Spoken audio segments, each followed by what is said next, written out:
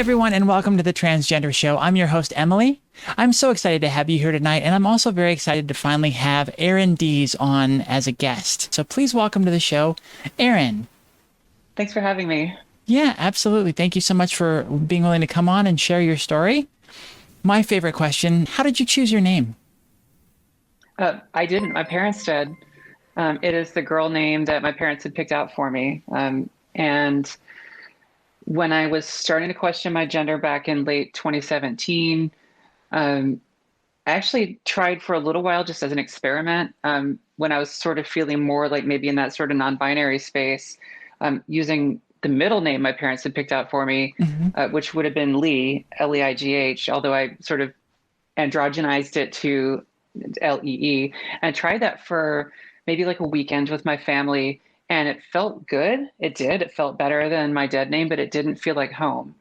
Hmm. So then I realized, and again, still not quite knowing where I was going to fall along the spectrum, realized that I had met people of multiple genders named Erin, spelled Erin. So um, I decided to try that one. It was almost on a whim. I was going to a tech conference that was surprisingly on a Saturday. And I backspaced over my dead name on the entry form and typed in Erin. And like, this will be perfect. It'll be a bunch of people I don't know. Like, nobody knew what my name was before. I can use they, them pronouns.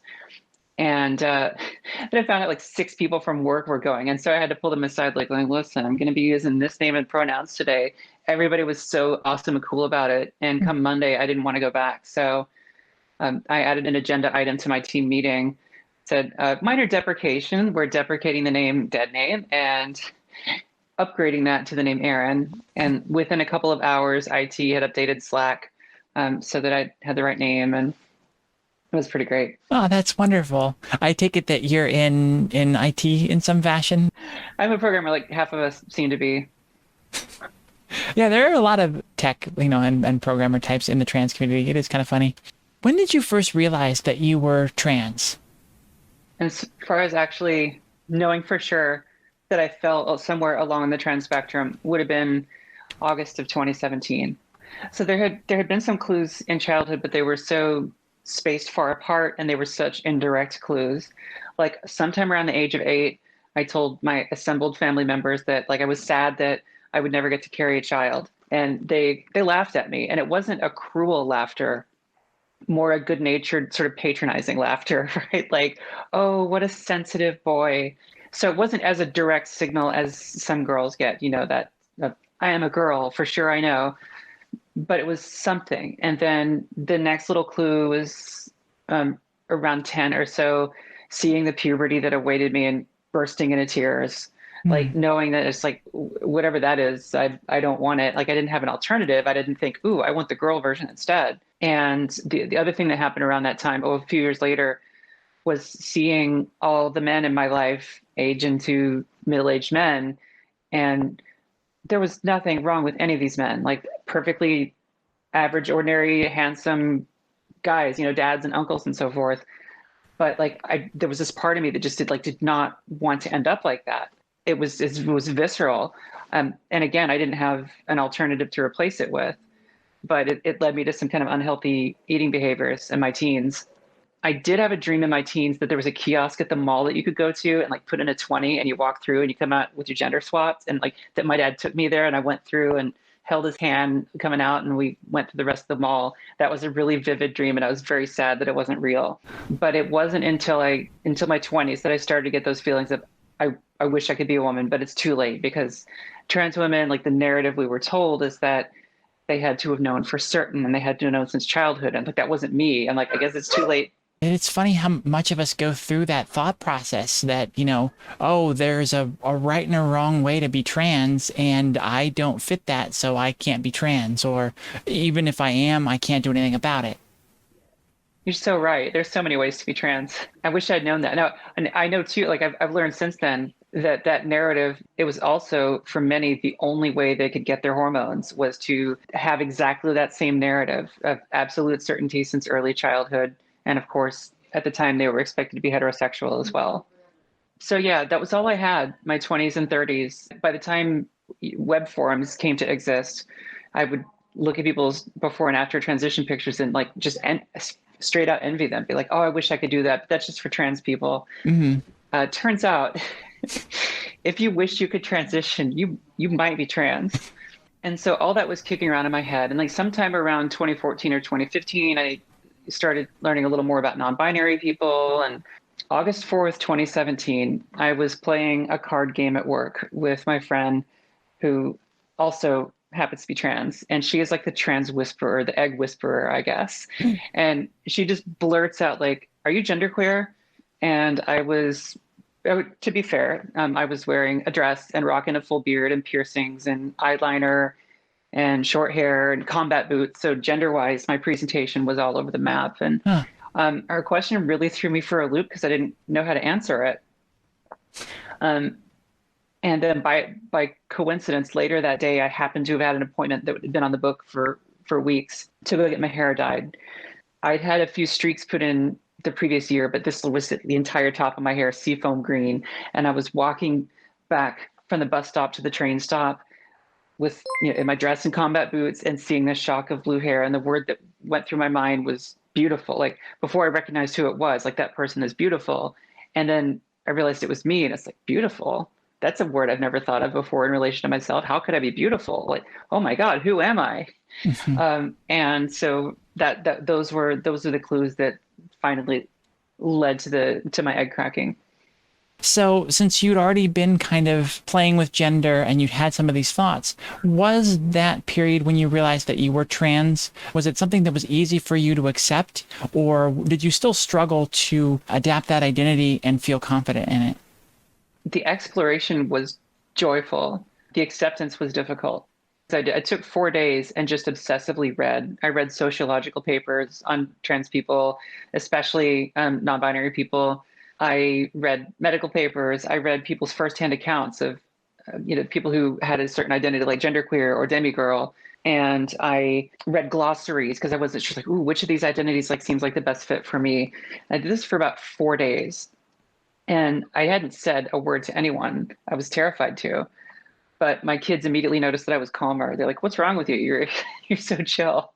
So after about 4 days of this, I realized, okay, something's definitely up with my gender, and I'm probably going to need professional help sorting it out. But also, like now that I know something's up, it's probably time to talk to my spouse. So it was late one night, and I just said, I've been thinking a lot about gender lately, and I think I might not be all boy.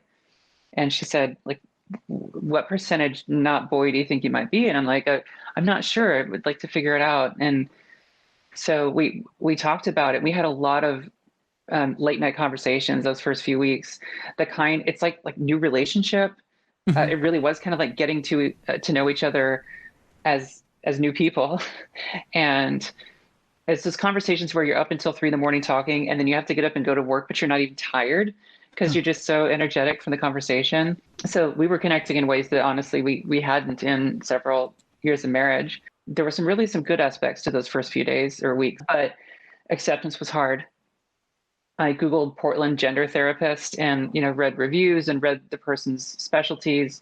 I wanted someone that LGBTQ patients were a specialty and not just an item on a list. Like, oh, I handle everything, including this, this, and this. Oh, also LGBTQ. I wanted somebody who was like, that was their jam. Boy, did I find her.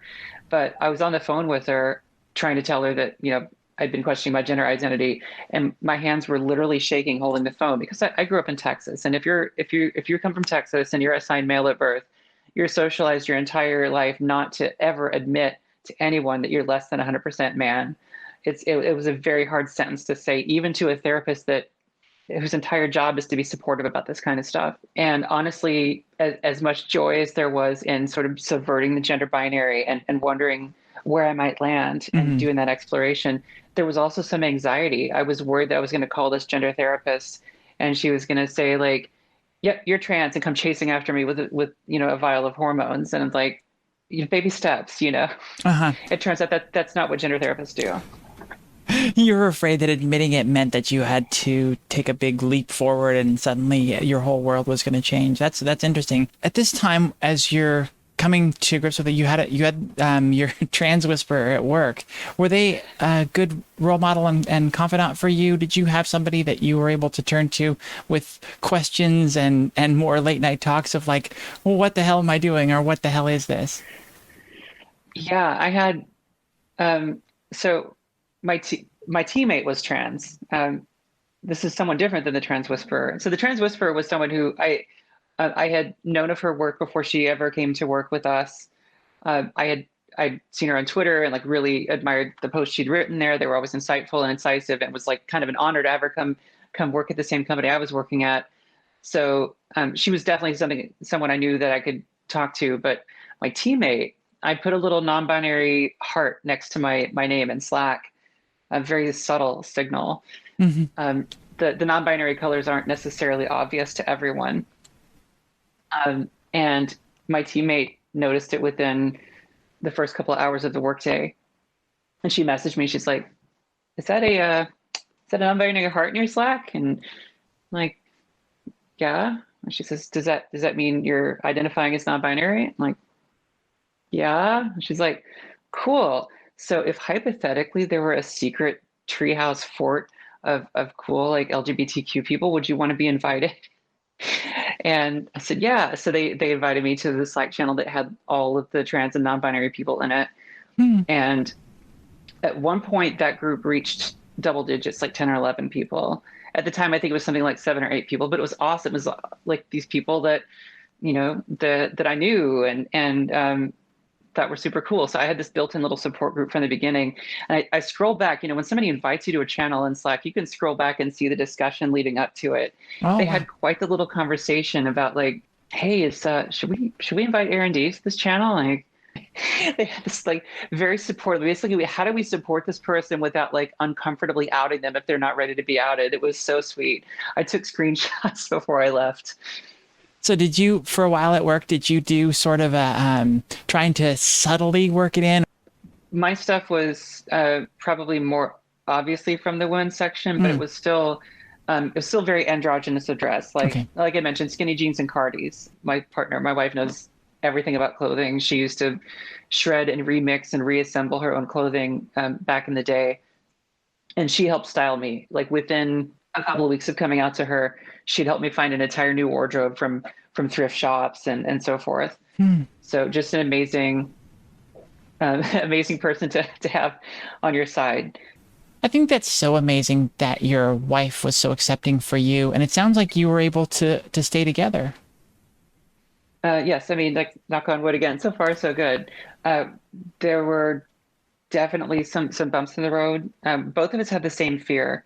Both of us had the same fear of rapid change. She also had this sort of fear that I was going to become a caricature or, super, super hyper feminine or something. And so we just talked through those fears. Like it was the other fear that we both had was that the other wouldn't want to be with us anymore, right? That I would become a different person and want someone else, or that, I would become someone that she didn't want. So Yeah. realizing that we both had the same two fears put us on the same side against the fears. It's like it's us versus them, and that helped a lot.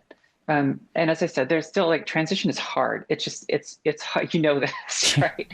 And it did put a strain on the relationship for a while, but ultimately, I'm going to make the claim that transition saved our marriage, because I think we were on a track to very slowly and gradually drift apart, and we hadn't really built up the habit of checking in with each other, and like doing all those things that you need to do to course correct over the long term. Hmm. And those are things that we do all the time now. Part of that is just it's sort of a mandatory part of this process of all the introspection and talking. And part of it is that I suppose we're sort of a stereotype of, a same-sex female couple, like oversharing and processing everything. But it kind of holds true for us. Were there any other key things that you were able to discuss that you think kept things together, or was it just the general communication that was now better and more open and sharing? Some of it was, I mean, there is some excitement to this process too, right? The first few dates we went on after I came out were kind of like getting to know you dates. They were kind of like first dates again. Hmm. And that was really exciting.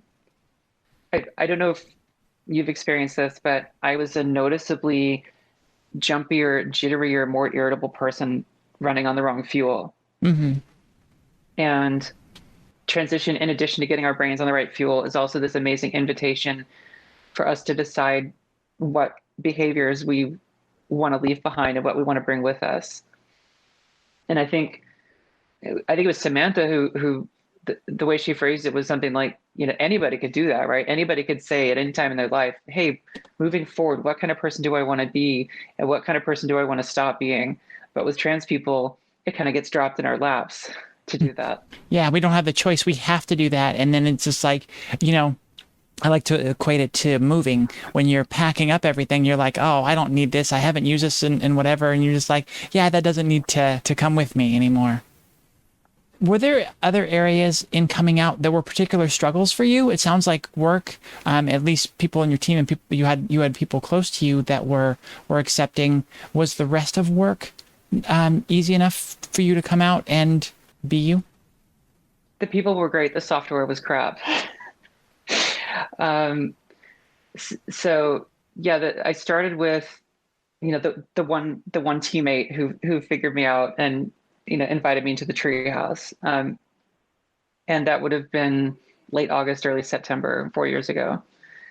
Um, but I didn't tell the rest of my team until November. That was Hmm. the first Monday after the conference that I went to, and they were really super supportive. I knew they would be. They're just awesome human beings. I suppose I was maybe a little nervous about our manager. I didn't know him as well, but like he was awesome with it, and the company had a whole sort of process for this kind of thing. So I went to HR and I said, like, what do I do? And she's like, oh yeah, so once you get your name and gender marker changed, um, on your social security number and your driver's license, just bring them in and we'll update payroll and everything else. And so that HR was super nice, and she even had some suggestions like, so do you want to try like writing a coming out letter? I'm like, oh no, I'm not ready for that. I'll just do this one by one. But I asked her about like bathrooms, and she was like, use the whatever bathroom you want to use. Huh. I was very lucky to work at a place that had gender neutral bathrooms, Oh. so for a while I was walking down 2 flights of stairs to use those, just because I sort of no longer felt comfortable in the men's room Hmm. and maybe just wanted some time and space to sort my stuff out. So Yeah. Yeah, I did kind of an interesting thing for my coming out. I started dressing at work full time before even realizing that I was trans, and so I was identifying as a cross dresser, and so I still for about a year used the men's restroom, which led to some really kind of fun things happening where I'm at the mirror, maybe checking my makeup or doing something, and a guy comes in, takes one look, and goes back out, and then you see doesn't him look at the sign. a minute later he comes back in. It's just like, yeah, it's not you, it's me.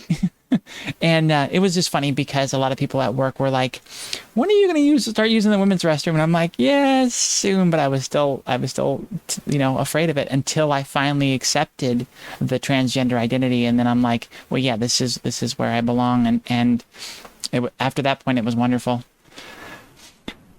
Yeah, it was about that time for me too, when I realized that I wasn't non-binary, that that I'm a trans woman. Hmm. Uh, I was in a different part of the building that didn't have a gender neutral restroom, and just went in the women's room. And this is like twice in two completely different contexts. This has happened to be in a women's room, but I'm in there and somebody goes, "Oh my God!" I'm like, "Oh shit, I'm about to get yelled at."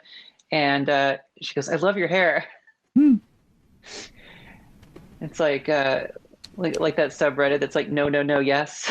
It looks like something disastrous is going to happen, and then it's actually awesome. The rest of work was just very gradual. Like as I ran into people, they'd say, "Oh, your name's Erin now, cool." Um, and then in June, which was Pride Month in Portland, and like many places, we had a whole month long of stuff. We had Basic Rights Oregon come in and teach a course on like supporting, like being good allies to your trans coworkers, and we had queer parents panel where I got to watch these awesome, amazing queer parents talk about their experiences. But we had a trans and non-binary panel, and that's how I came out. I went up there and said like, "Hi, my name's Erin. This is the team I work on. My pronouns are she, her. Surprise." And so there was a big coming out moment, but that wasn't until months after I talked to HR. It was like I'd finally worked up the nerve to do it, but it was hard. Coming out is hard. Hmm. How did the rest of your family come along with accepting your new identity? So the kids were amazing. And we've got three kids. Hmm. And I should add all of the kids are some flavor of trans. So our oldest son was the okay. I have to draw like a flow chart of our family. Okay, can I do that real quick because it'll make a lot of stuff make more sense.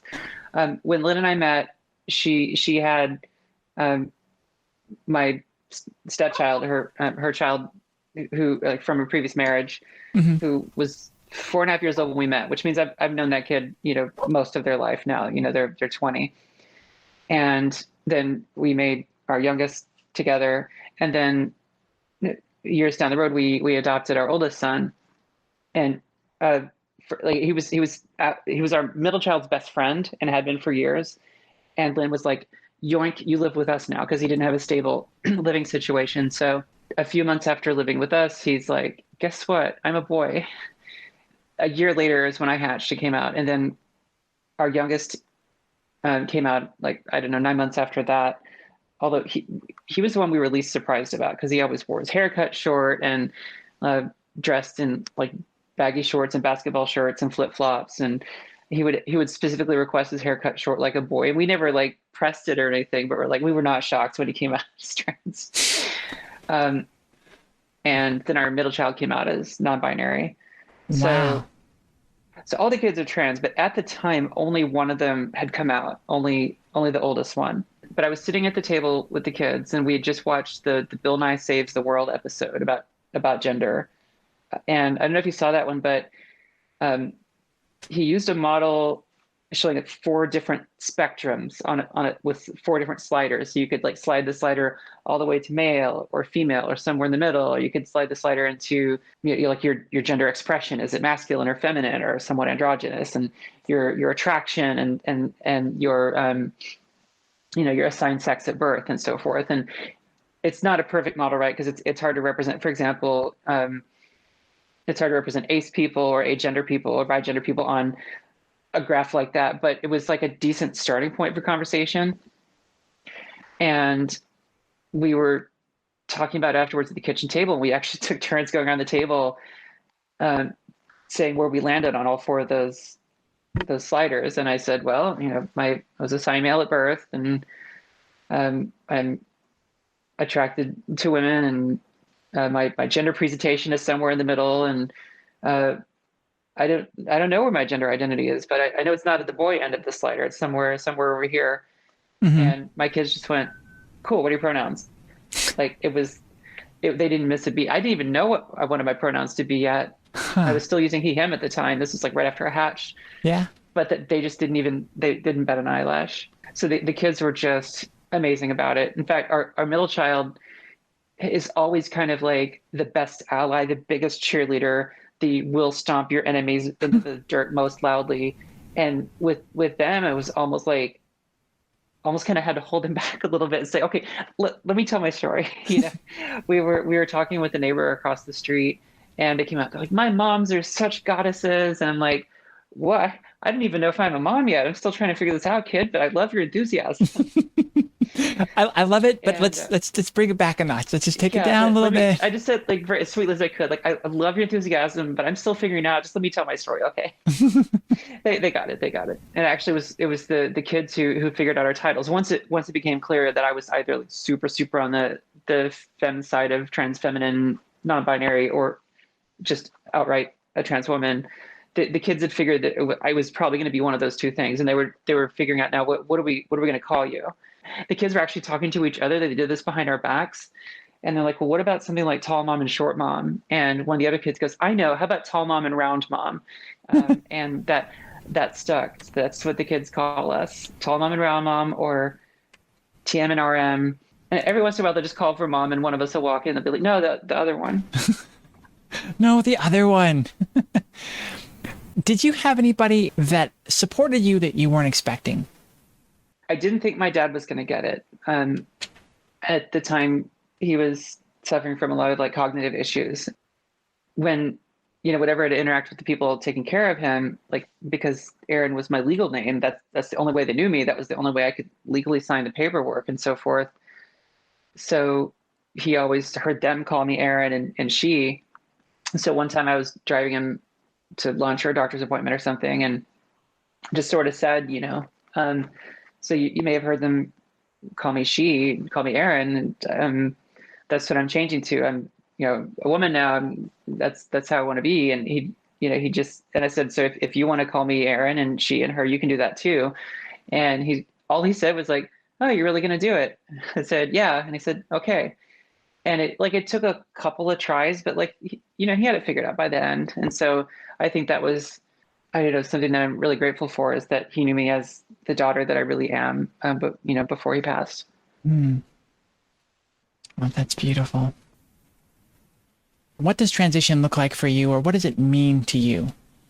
I suppose it means growing into the person that I was always supposed to be, to being a truer, hopefully better version of myself Mm-hmm. than I used to be. It's been pointed out to me that I probably put too much pressure on myself for my transition to fix all of my problems. Yeah. I don't mean all of my worldly problems. I mean all of my flaws as a person. And it was, another trans woman, the girl who'd been my teammate, was like, she said, you don't need to put all of that on your transition. So as much as I would like to become a better version of myself than I was yesterday, um, transition can't be the only tool in my arsenal. So when I say becoming my better, truer self, I do have to say that was some caution or restraint Hmm. in that sentiment. That's a very important point that, yes, there's a lot to focus on in transition, and there's a lot that will change and help, but it doesn't fix everything. And there's still a lot of work that you'll need to do outside of that. And if you don't have that perspective, if you're just focused on the transition, you'll miss kind of how to really address it and still kind of get stuck with that. Yeah, I'm very blessed to have some very awesome and perceptive and smart friends. Mm-hmm. On that journey of becoming your true self and becoming a better version of yourself, where are you in that process? Right at the beginning, I suppose, always am. Right, there's always something to do. In terms of like becoming Erin Dees and having completed all of the transition things I want to complete, like there I'm probably done. But that doesn't mean I'm done growing as a person. I sure hope. Did your goals of transition shift as you moved along? The things that I knew I wanted to do definitely shifted. I'm not sure that I had a goal. We talk about the different ways to be trans, and I do know some trans people who had basically like almost an image in their head of what they wanted to look like and be like and sound like, and they pursued that with perfect aim or near perfect aim and got there. And that must be kind of cool because then when you're ready, when you're done, like, okay, I look like the picture of my head, check. But for me, those goals shifted. Like at the beginning, when I started even researching what was possible, that first autumn, just even looking at things like what can hormones do for a person, and like, do they make non-binary hormones? And Huh. um, I didn't know what kind of body I wanted, except that I knew that I wanted something like softer and more androgynous and like a little more like bottom heavy, a little more pear shaped. And I remember thinking at the time, like if they just made hormones that like would just make me pear shaped, I would take them right now. But of course, they come with lots of other effects, and I wasn't ready to contemplate those yet. December of that year was when I made the choice. It's like, yeah, I'm gonna have to try. It took end of January to actually work up the courage to make the phone call. I went from like, gosh, hormones, that seems scary, I don't know, to like, okay, I'll try him to see, but no surgeries. Okay. But then realizing within 3 months on hormones that I liked them so much that I wanted to lock in their benefits permanently. So I knew that I'd be looking at some kind of surgery, but then still figuring out what kind. So my what I thought I was going to do changed quite a lot. And like by the same token, when I first shaved off my beard after having it for years, my face seemed so hopelessly angular and masculine to me that I thought for sure I was going to want facial surgery. Um, but estrogen, being the amazing, awesome miracle drug that it is for so many of us, got my face to a a point where I'm like reasonably okay with it most of the time. And that's probably good enough. What areas of your life do you still struggle with dysphoria? Face, hairline mostly. Hmm. Sometimes body, although I mean, thanks again to estrogen, that's getting rarer and rarer. It rarely springs unprompted out of the blue. It's usually a response to something else, whether it's a natural drop in hormones, whether it's a stressor elsewhere in my life. And I don't always remember that, but I'm getting better at remembering it in the moment. Like, ooh, I'm like the mirror is not my friend today, but maybe there's some contributing factors here. Let's see if we can work on that. On the flip side of that, what do you do to find validation in yourself as Erin on a daily basis? Lots of little things. I mean, even if it's just a matter of wearing something that I'm going to feel affirmed in, like I am today, or sometimes perversely kind of doing the opposite, like leaning into a more, I don't know, sort of menswear inspired look to try to queer it up a little bit.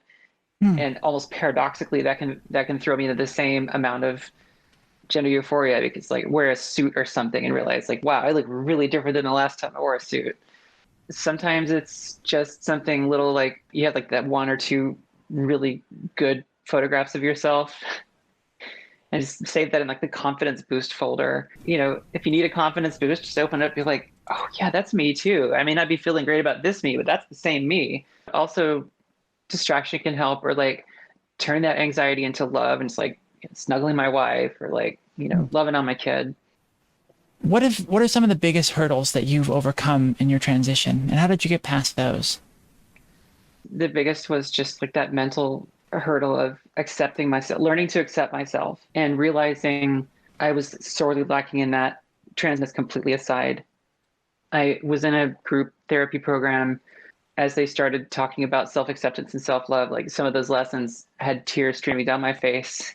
There's a trans guy in the same program, like sitting next to me, and he was crying too. And like both of us realized the others, like were like the two of us were the shedding the most tears in the room. But we started laughing because each of us knew exactly why the other one was crying. So we're like crying, laughing. So just finding that self-acceptance and self-love, like learning to appreciate this human being here, is I guess something I'd never done. Hmm. And building that ability was really hard. What do you feel are there aspects of your life that you feel you've been able to accomplish because of your transition? Yeah, I mean, my career went nowhere. Well, it didn't go nowhere. It like sort of plodded along at a stately pace. And then within the first few years after I came out, promotion, like new job opportunity, leadership opportunities. And so I feel like no longer spending so much of my energy holding myself inside a box, holding the best of me inside a box is probably the biggest contributor to that. What is your favorite thing that you've learned along your journey, either about yourself or just in general? It's going to just have to be all those big observations about the self and about change and about that paradox between, are we a new person or are we the same person?